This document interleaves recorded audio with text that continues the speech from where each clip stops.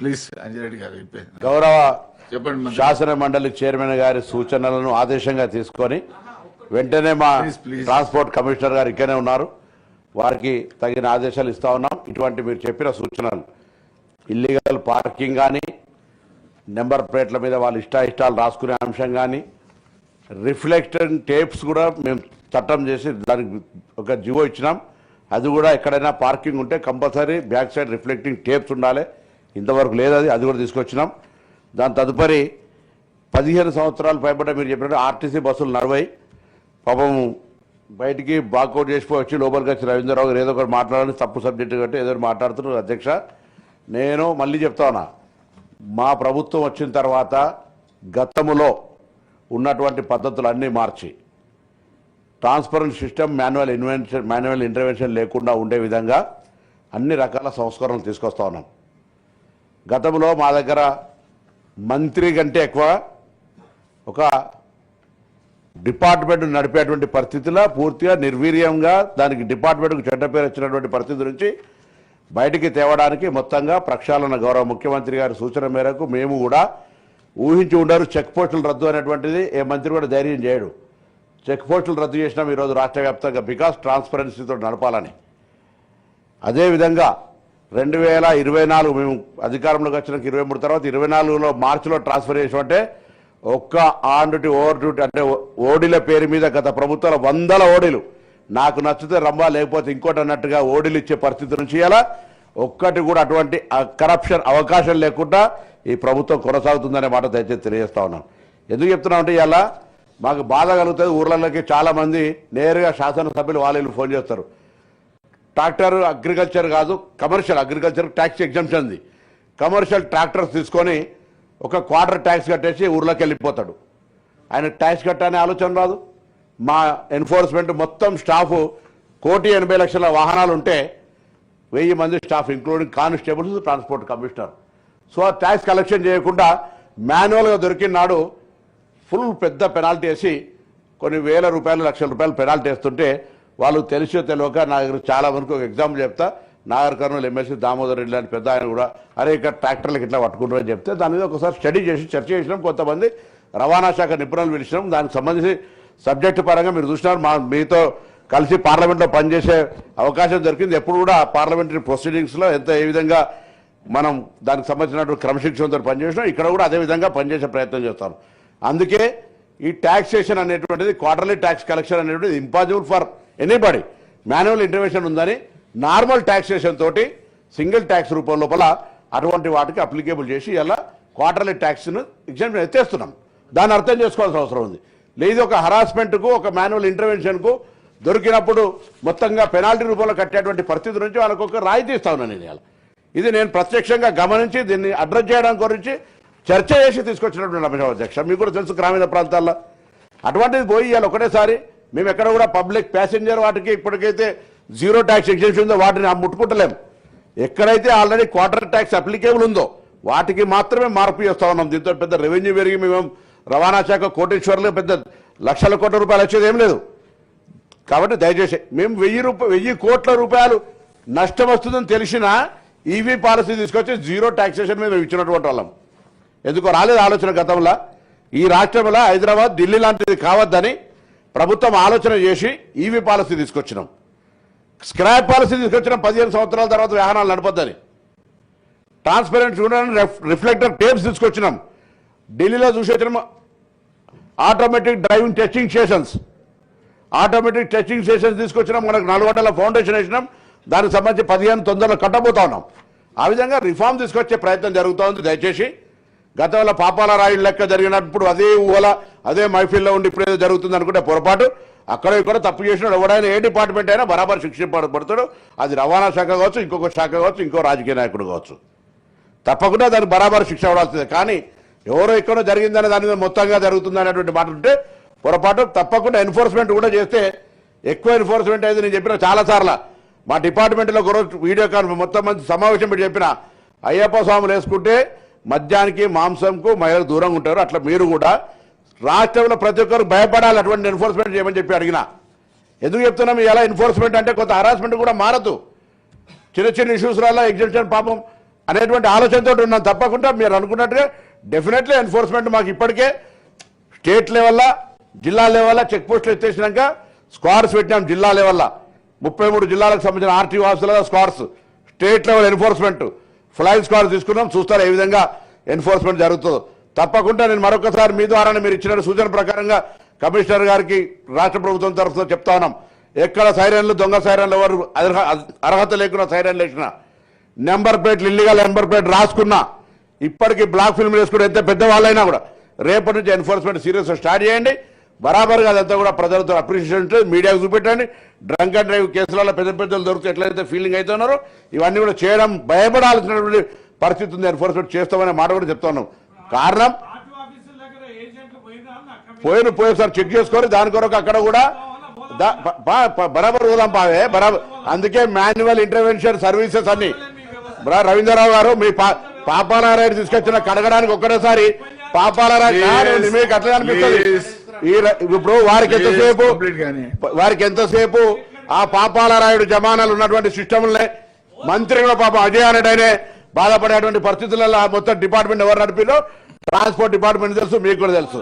We are not doing that type of politics, we're not doing that type of administration, we're doing transparent administration. If you want no we're ready to come along with you to any transport office. మేము ఇలా కెమెరాలు పెడుతున్నాం, CC కెమెరాలు process ఉంది. ఎక్కడ ఆఫీసులైనా ఎవరైనా 4 సార్లు వస్తే ఎందుకు వస్తుండో ఐడెంటిఫై చేయడానికి ఆ కెమెరాలను కూడా ఫిక్స్ చేస్తా ఉన్నాం. ఇటువంటిది నివారించడానికి చెక్ పోస్ట్ ఎత్తేసామని చెప్తారు. ఒకసారి గుర్తుపెట్టుకోండి, ఈ రాష్ట్రంలో రవాణా శాఖ ప్రక్షాళనకు సంబంధించి గత పాపారాయుడు చేసిన మీ మంత్రి మీకు పాపం అమాయకంగా తెలియకపోతే కూడా అచేతనంగా సంతకాలు పెట్టేటువంటి పరిస్థితి నుంచి చిన్న దానికి కూడా ఓడీల పేరు మీద వ్యవస్థ నడిపినటువంటి నుంచి ఇవాళ ఒక్క ఓడి లేకుండా నడిపినటువంటి మంత్రిగా ఈయన నిలుసొని మాట్లాడగలిగే శక్తి నాకు ఉంది. ఏడైనా చర్చకు వస్తామనే మాట మనం ఎక్కడో ఒకటి మాట్లాడితే ఎక్కడో ఒకటి జరిగితే అది కూడా దాని మీద కూడా చర్చ చేస్తాం ఒకసారి అనేక సందర్భాలు. అందుకే ఇలా దయచేసి ఎవరిని వేధించాలని కానీ ఎవరి ద్వారా రక్తం పిలిచినట్టు పన్నులు వసూలు చేయాలని కానీ అటువంటి ఆలోచన లేదు. కొంత మార్పు చేర్పుల ద్వారా వేధింపులు మాన్యువల్ ఇంటర్వెన్షన్ ఉండదు అనేటువంటి దానిలో భాగమే ఇది కూడా. ఇవాళ రిఫ్లెక్టర్ సేఫ్ తీసుకొచ్చినా, ఈవీ పాలసీ తీసుకొచ్చినా, స్క్రాప్ పాలసీ తీసుకొచ్చినా, ఆటోమేటిక్ టెస్టింగ్ స్టేషన్స్ ఏర్పాటు చేస్తున్నా, ఆటోమేటిక్ డ్రైవింగ్ టెస్టింగ్స్ ఏర్పాటు చేస్తా ఉన్నా. మా దగ్గర మొదటిసారి కొత్తగా 100 మంది ఏఎంఎల్ రిక్రూట్మెంట్ అయితే పోలీస్ ట్రైనింగ్ ఇన్స్టిట్యూట్ పంపి 6 నెలలు ట్రైనింగ్ ఇప్పించి వాళ్ళ యొక్క చట్టము ఇతరత్ర అనేక అంశాల మీద నేర్పి వాళ్ళకు ఉద్యోగ అవకాశాలు ఇచ్చినాం. ఇవాళ ఖాళీలు ఎక్కువనే అన్ని పూర్తి చేసి మొత్తంగా వ్యవస్థను ట్రాన్స్పోర్ట్ వ్యవస్థ అనేటువంటిది రేపు రాబోయే కాలంలో పెరుగుతున్న దానికి అనుగుణంగా పబ్లిక్ ట్రాన్స్పోర్ట్ పెంచాలనే ప్రయత్నం చేస్తున్నాం. ఆర్టీసీకి సంబంధించి మాట్లాడినారు. ఆర్టీసీ మూసేసినటువంటి సంస్థ అయిపోయింది, 48,000 మంది సస్పెండ్ చేస్తున్నటువంటి సంస్థ ఇవాళ లాభాల బాటలో తీసుకుపోతా ఉన్నాం. ఇవాళ ఉద్యోగ నియామకాలు చేస్తా ఉన్నాం, కారుణ్య నియామకాలు చేస్తా ఉన్నాం. 2012 తర్వాత ఒక నియామకం చేపట్టిన ప్రభుత్వానికి చెంప దెబ్బలాగా ఇలా 1,000 మంది నియామకాలు చేస్తా ఉన్నాం. కొత్త బస్సులు కొంటా ఉన్నాం. అది రవాణా శాఖ యొక్క సామర్థ్యం అని చెప్తా ఉన్నాం. ఇలా నష్టాల నుంచి లాభాల బాటకు తీసుకొస్తా ఉన్నాం.